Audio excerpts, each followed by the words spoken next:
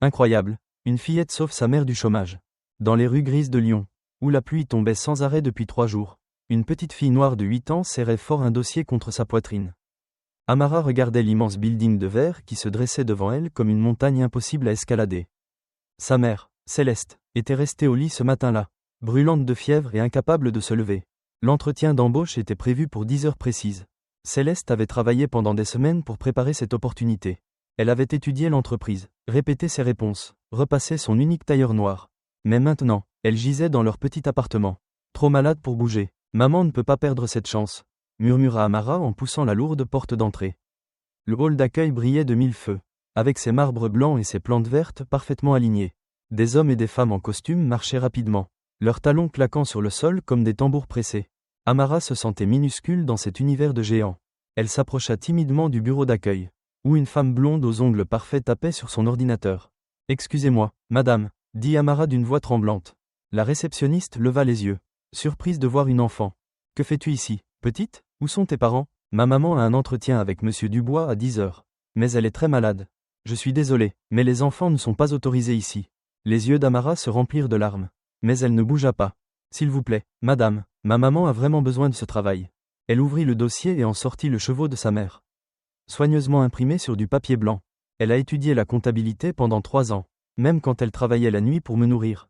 La réceptionniste fronça les sourcils, touchée malgré elle par la détermination de l'enfant. « Écoute, ma chérie, je comprends, mais monsieur Dubois est très occupé. Juste 5 minutes, supplia Amara. Je peux lui expliquer pourquoi maman ne peut pas venir. » Au même moment, un homme grand et élégant sortit de l'ascenseur. Albert Dubois, 45 ans, dirigeait cette entreprise d'une main de fer depuis 15 ans. Ses cheveux gris étaient parfaitement coiffés, son costume italien impeccable. Il avait construit sa fortune en prenant des décisions rapides et en ne laissant jamais les émotions interférer. Monsieur Dubois, appela la réceptionniste. Cette petite fille. Albert s'arrêta et regarda Amara avec curiosité. Il n'avait pas l'habitude de voir des enfants dans son bureau. Que se passe-t-il ici ? Amara prit une grande inspiration et s'avança courageusement. Monsieur, je m'appelle Amara. Ma maman, Céleste Parker, devait vous rencontrer ce matin. Ah oui, l'entretien de 10 heures. Où est-elle ? Elle est malade, monsieur, très malade, mais elle ne voulait pas annuler. Albert consulta sa montre avec impatience. Écoute, petite, les affaires sont les affaires. Si ta mère ne peut pas venir. Attendez, cria Amara, des larmes coulant sur ses joues. Laissez-moi vous parler d'elle. Quelque chose dans la voix de l'enfant fit hésiter Albert. Il y avait une force, une détermination qu'il reconnaissait. Très bien, 2 minutes. Amara essuya ses larmes et ouvrit le dossier. Ma maman travaille dans un café depuis que papa est parti. Il y a 4 ans. Elle se lève à 5 heures du matin pour préparer mon petit déjeuner avant d'aller travailler. Le soir, elle étudie la comptabilité sur notre petite table de cuisine. Parfois, je la vois pleurer quand elle croit que je dors. Parce que les factures sont trop hautes. Albert sentit quelque chose se serrer dans sa poitrine. Mais elle ne se plaint jamais, continua Amara. Elle dit toujours que demain sera meilleur. Elle m'aide avec mes devoirs même quand elle est fatiguée.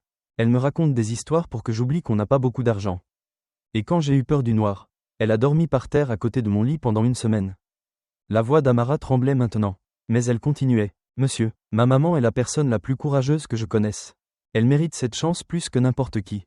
Albert regardait cette petite fille qui se battait pour sa mère avec une passion qu'il n'avait pas vue depuis longtemps. Dans ses yeux, il voyait l'amour pur, sans calcul, sans arrière-pensée. Voici son chevaux, dit Amara en tendant le papier. Elle a de très bonnes notes. Albert prit le document et le parcourut rapidement. Céleste Parker avait effectivement d'excellentes qualifications. Diplômée avec mention, expérience en comptabilité, références impeccables. Pourquoi ta mère a-t-elle besoin de ce travail ? Demanda-t-il doucement. Pour qu'on puisse déménager dans un appartement plus grand, répondit Amara.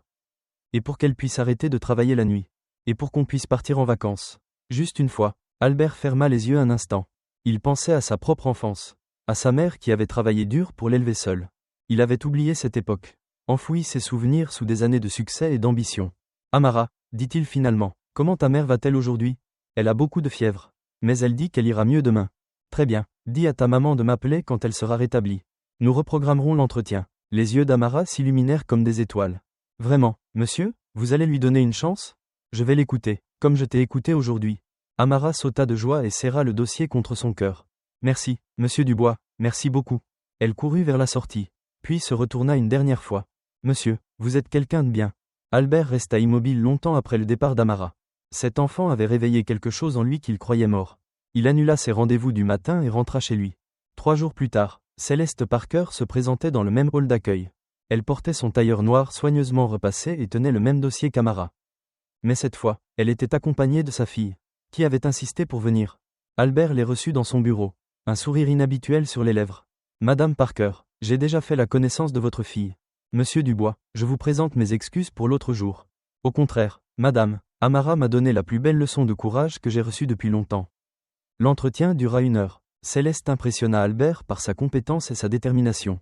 Mais surtout, il voyait en elle la même force qu'il avait admirée chez sa fille. « Madame Parker, le poste est à vous si vous le voulez. » Céleste éclata en sanglots de joie. Incapable de parler, Amara se leva et serra la main d'Albert avec solennité. « Merci, monsieur, vous avez rendu ma maman heureuse. » 6 mois plus tard, Céleste était devenue l'une des employées les plus appréciées de l'entreprise.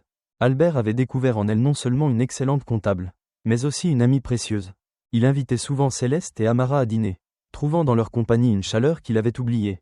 Amara appelait maintenant Albert, oncle Albert, et lui racontait ses journées d'école avec enthousiasme.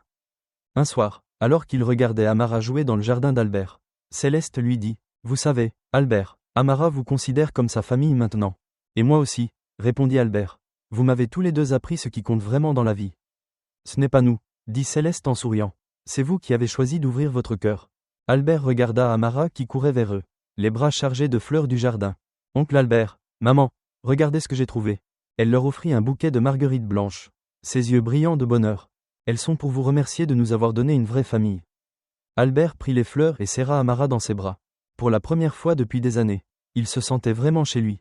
Céleste avait trouvé bien plus qu'un emploi.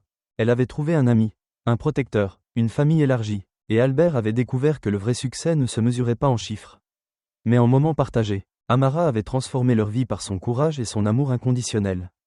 Elle leur avait montré que parfois, les plus grandes victoires naissent des plus petits gestes.